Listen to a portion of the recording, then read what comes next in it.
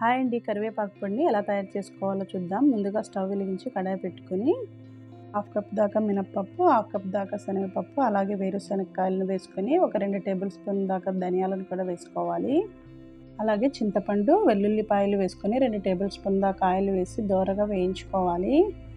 అలాగే ఇందులోకి ఒక 4, 5 ఎండుమిరపకాయలను కూడా వేసుకొని వేయించుకొని పక్కన పెట్టేసుకోవాలి.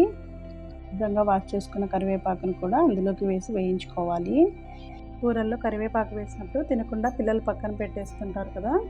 ఈ విధంగా కరివేపాకు పొడిని చేసి వేడి వేడి అన్నంలోకి నెయ్యి వేసి పెట్టినట్లయితే చాలా ఇష్టంగా తింటారు.